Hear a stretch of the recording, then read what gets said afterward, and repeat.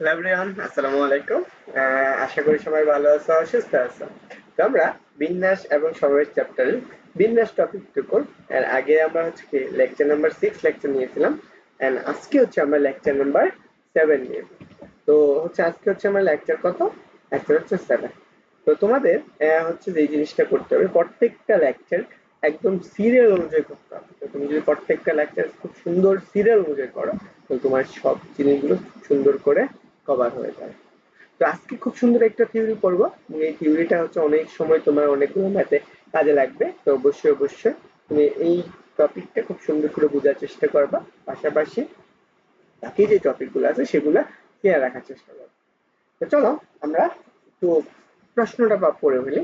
যেমন বলছে নির্দিষ্ট p সংখ্যক জিনিসকে সর্বদা গ্রহণ করে n জিনিসের মধ্য থেকে প্রত্যেকবার r সংখ্যক জিনিস নিয়ে বিন্যাস গঠন করা। তার মানে ধরো তুমি যদি একটু চিন্তা করো, ধরো তোমার কাছে একটা কি আছে, তো তোমার কাছে 5টা সংখ্যা আছে। মনে করো হচ্ছে a b c d e, আরেকটা মনে করো f। মনে করো তোমার 6টা সংখ্যা আছে। দেখো এই 6টা সংখ্যা থেকে ছোট একটা বি, এ, এটা হচ্ছে বি, এই 6টা সংখ্যা আছে। এখন এই 6টা সংখ্যা হচ্ছে কি তোমার টোটাল সবগুলা সংখ্যা, যেটা হচ্ছে এন সংখ্যক জিনিস।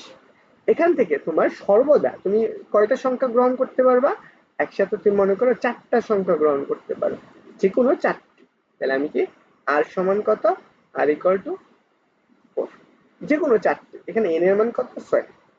এখন এখান থেকে আবার তোমাকে বলা হয়েছে সর্বদা যে কোনো দুইটা, আমি মনে করলাম সর্বদা এ আর বি একদম স্থির থাকবে, মানে এই দুইটা আমার গ্রহণ করতেই হবে।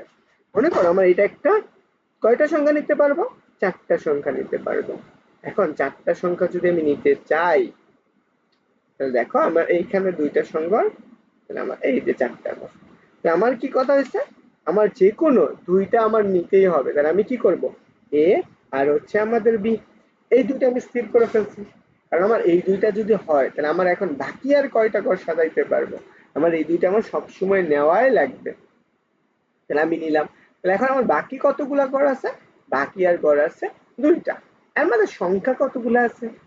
সংখ্যা আছে কয়টা? 4টা। এখন 4টার মধ্যে আমার কয়টা নেওয়া লাগবে? দুইটা নেওয়া লাগবে। তাহলে আমি এইখান থেকে আমি যদি আমি চিন্তা করো, তাহলে আমি এখানে সাজাইতে পারবো কিভাবে? তাহলে আমি এইখান থেকে 4টার মাঝখানে আমি দুইটা নিতে পারবো। তাহলে আমি এখানে যে সাজানো যায় সেটা হচ্ছে আমার কত? সেটা হচ্ছে আমার সাজানো যাবে যে আমার কি 4p2, এইটা আমি সাজাইতে পারছি। এখন কথা হয়েছে, তাহলে আমার এই দুইটা গড় কি হইলো, তাই না? আমার টোটাল ছিল কয়টা? 6টা। তো এই দুইটার মাঝখানে কি আমার এটা পড়ে যাচ্ছে না? তাহলে এখন আমার এই দুইটাকেও তো আমার সাজাইতে হবে। এই দুইটার মাঝখানে এখন চিন্তা করতো, এই দুইটা কি আমার এ আর বি এইখানে যাইতে পারতো না? অবশ্যই পারতো। তাহলে আমি এখানে যে কোনো দুইটা স্থির রাখছি, তাহলে আমার এইখানে এই দুইটা নিয়েও কাজ করতে হবে। তাহলে আমার এই 4টার মাঝখানে আবার কি এই দুইটাও থাকতে পারতো? তার জন্য আমি আরেকটা জিনিস পাবো না?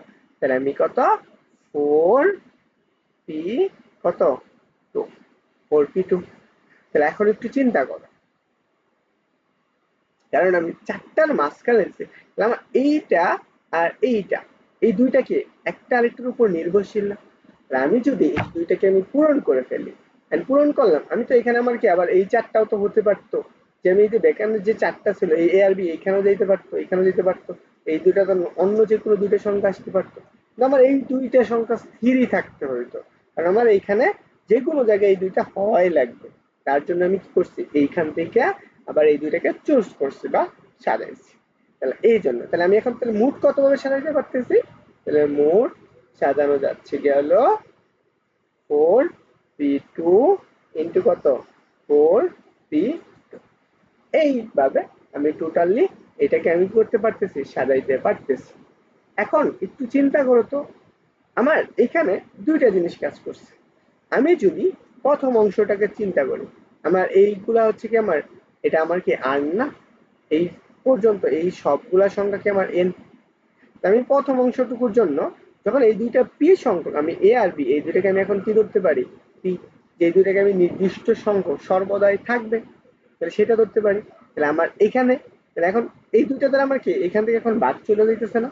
তাহলে আমি টোটাল কি এই দুইটা বাদ, তাহলে আমার থাকতেছে কত এত। তাহলে আমি যদি এটাকে সুন্দর করে এটাকে আমি লিখতে চাই, তাহলে n মাইনাসের পি কত হচ্ছে পি।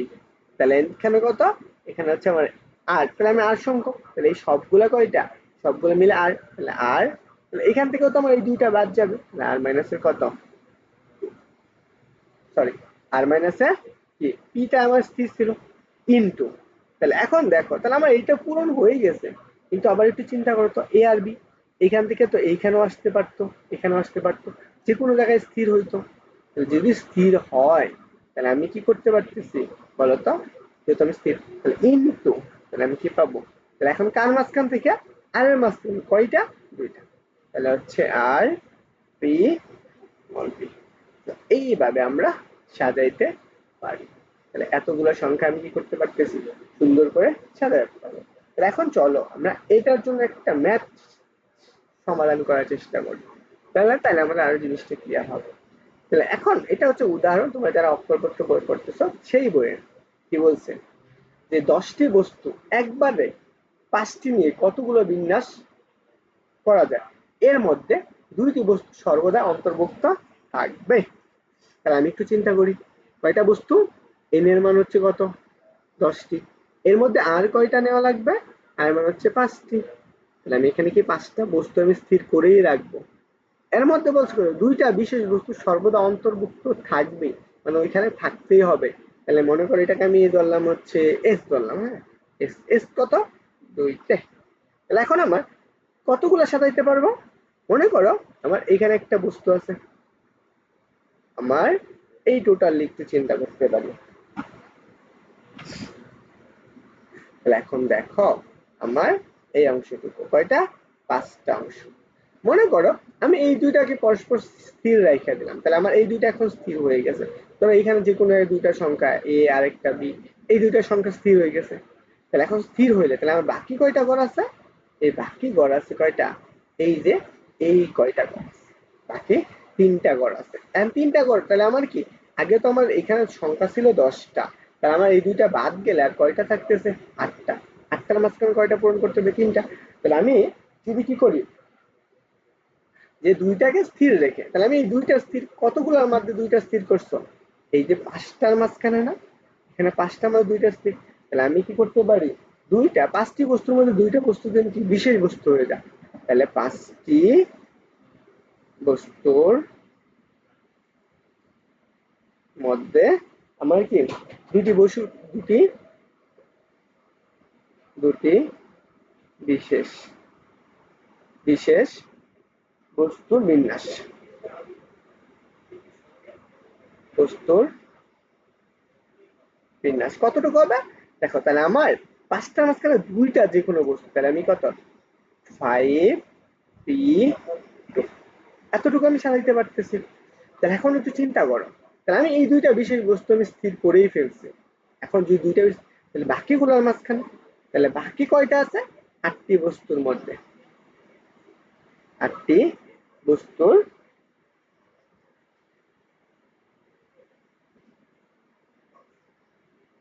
বস্তুর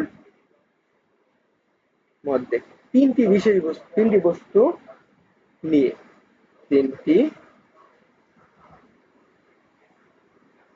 বস্তু নিয়ে বিন্যাস। তাহলে দেখো তো, তাহলে বাকি 3টা কয়টা, এখন এখানে আমার আর কয়টা সংখ্যা থাকবে, 8টা থাকবে, তাহলে এ পি, এন্ড বাকি কয়টা ঘর পূরণ করতে হইতেছে, 3টা না, তাহলে এখন আমার এইটা দেখো একটা আরেকটার উপর কিন্তু কি হচ্ছে, ডিপেন্ডেবল। তাহলে আমি কি গণনার কি হচ্ছে কি আমার গুণনবিধি নিয়ম মেনে চলবে, তাহলে আমার হচ্ছে কত হবে, তাহলে আমি কি পাবো, মোট বিন্যাস সংখ্যা হবে, অতএব মোট বিন্যাস, মোট বিন্যাস, তাহলে আমার কত, এই দুইটার গুণফল 5 ইন্টু পি টু ইন্টু কত, 8 ইন্টু কত, 8 পি, 8 পারমুটেশন 8 পারমুটেশন 6। তাহলে এই দুইটা কিন্তু তুমি ক্যালকুলেটর ইউজ করো, তাহলে তুমি সেই মানটা পাবা, সেটা আসবে কত, 6720। এত গুলা কি করতে পারবা, বিন্যাস করতে পারবা। আশা করি এই জিনিসটা তোমার ক্লিয়ার হয়েছে। কারণ কি আমি এইখান থেকে কয়টার মাঝখানে দুইটা স্থির রাখতেছি, 5টার মাঝখানে দুইটা স্থির। তাহলে আমি এবং কি তাহলে এই 10টা থেকেও তো দুইটা স্থির হয়েই যাবে, তাহলে বাকি থাকবে কয়টা, 8টা। তাহলে আমি 5টার মধ্যে দুইটা বিষয়বস্তু নিয়ে তাহলে আমার কি এতগুলা গঠন করা যাবে। আবার ওই বাকি যে 8টা আছে, এই 8টার মাঝখানে তো আমার এই 3টা পূরণ করতে হবে। এই যে 8টার মাঝখানে আমি যেরকম পূরণ করছি কত, এইটা এত। তাহলে আমি এখন একটা আরেকটার উপর ডিপেন্ডেবল, কারণ একটা না হলে আরেকটা হবে না। তাহলে এই জন্য আমি কি সবগুলোর কি গুণফল, এই জন্য আমি গুণ করে দিচ্ছি। তাহলে আনসারটা আসছে কত। আশা করি আমরা লেকচার নাম্বার 7টা বুঝতে পারছি এবং এই টাইপের ম্যাথগুলো কিভাবে করতে হবে সেটা আমাদের ক্লিয়ার হয়েছে। তো আশা করি সবাই ভালো থাকো, সুস্থ থাকো। আমরা লেকচার নাম্বার 8-এ হচ্ছে আমরা এইটা নিয়ে আলোচনা করবো, লেকচার।